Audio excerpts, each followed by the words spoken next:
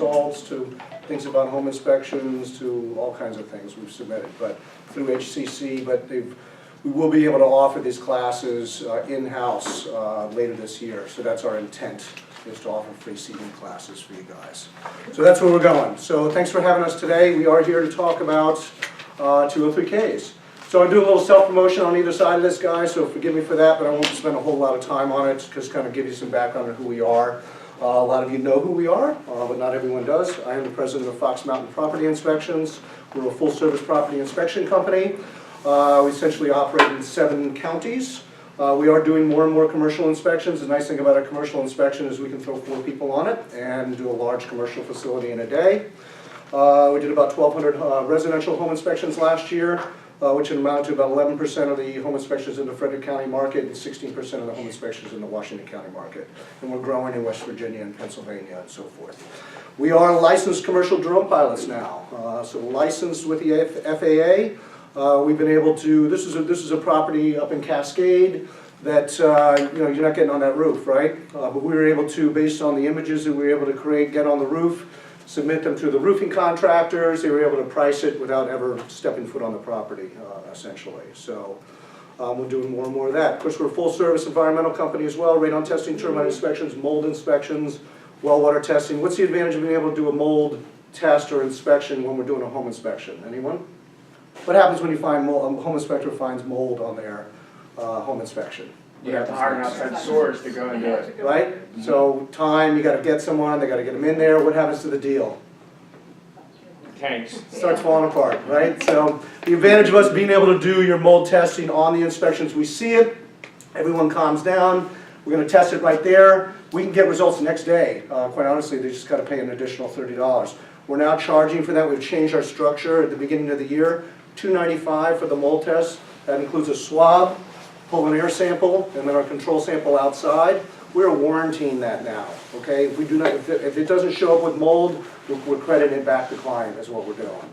But it rarely happens. If we see it there and we swab it, I mean, it's probably going to come back positive. The question becomes, are we breathing it, right? And that's where the air sample comes in. So it keeps these transactions together is what it comes down to. We have gone into thermal imaging now. We just had lost an inspection to the top agent in Frederick County, and because we didn't have a thermal imaging camera. Well, what happened the next day? Of course, we bought 5 of them. So they're not inexpensive for a quality camera, about $3,000.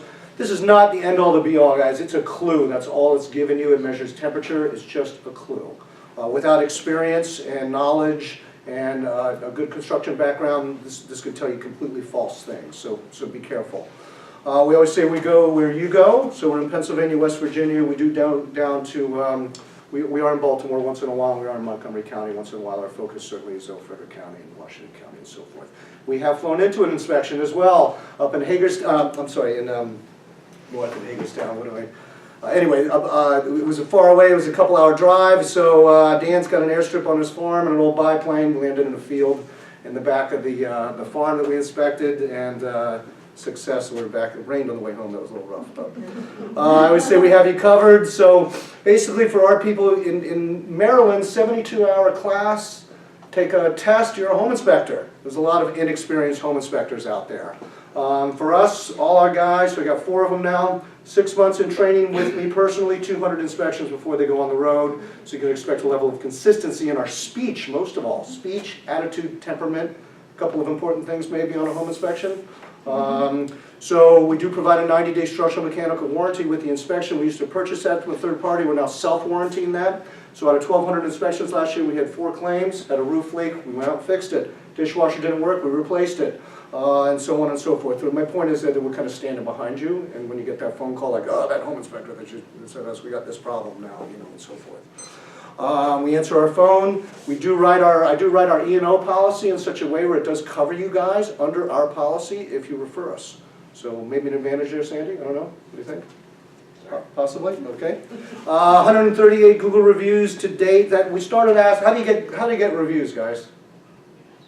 Ask for them. Ask for them, right. So we started asking for them at the beginning of last year. So we got 138 Google reviews in the course of 2018. So if you're comparing inspectors, we're the most reviewed inspection company in the 7 counties we operate in. Simply say to your client, hey, go check Google reviews if there's a question mark there. Big data. What's happening with data now?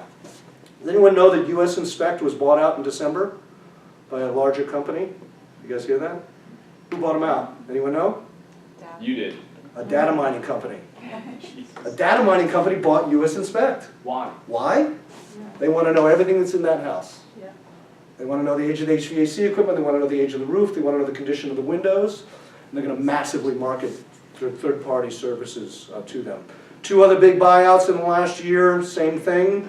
These are large inspection companies that have been bought out by large data companies is what's happening. It's a cosmic shift in the home inspection industry that's occurring through that. So just be aware of it. It's happened in the real estate industry and it's going to keep happening, in different areas. So let's talk about your business. We'll talk about 203K loans. Inventory. I don't know where inventory is currently today. I know we're down compared to where we were a year ago, and I should have had those numbers in front of me because I'm a numbers-driven. We're a numbers-driven organization. I'm numbers-driven because what do numbers do? They tell the story of your business, is what they really do. How are we doing? What's the condition of our business? What are the opportunities, and so forth. So looking at inventory versus closed sales, if we look at some history here, we see where we were back in 2013 with inventory being the gray line. And sales, of course, we all know what happened in some of these periods of time. But if we see we have this rolling, declining inventory. We see what the ebbs and flows of sales were compared to, of course, our time of year and so forth. So, declining inventory. So, lack of affordable inventory results in a search for alternatives. In this case, a fixer-upper does not meet FHA minimum property standards, estate sales, different kinds of sales that seller doesn't want to fix anything as is and so forth. Older property in need of TLC or just general upgrading, and working with the seller is unable or unwilling to make necessary repairs. So all FHA insured loans require an appraisal that includes a review of minimum property standards. We're all familiar with this, right? Are all the appraisers on the same page with this one? Doesn't seem to be.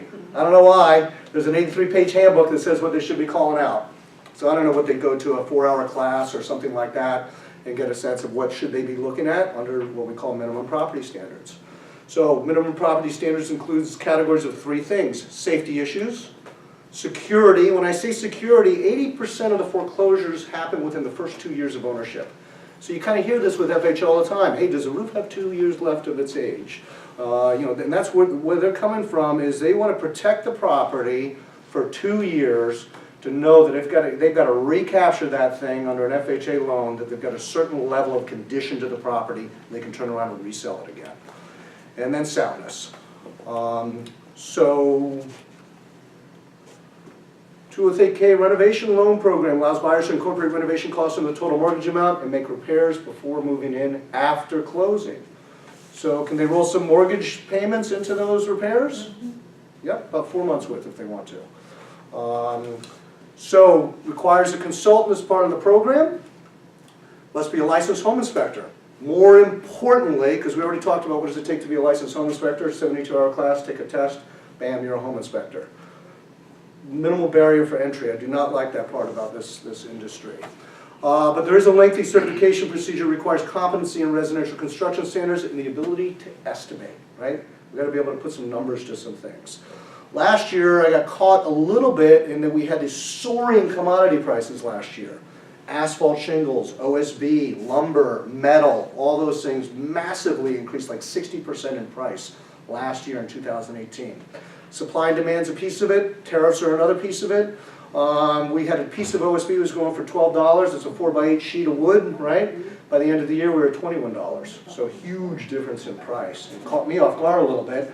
Of course, we're getting firm estimates on this stuff, but when I initially go in, I can price a rehab in about 15 minutes. In this case, of course, we're writing things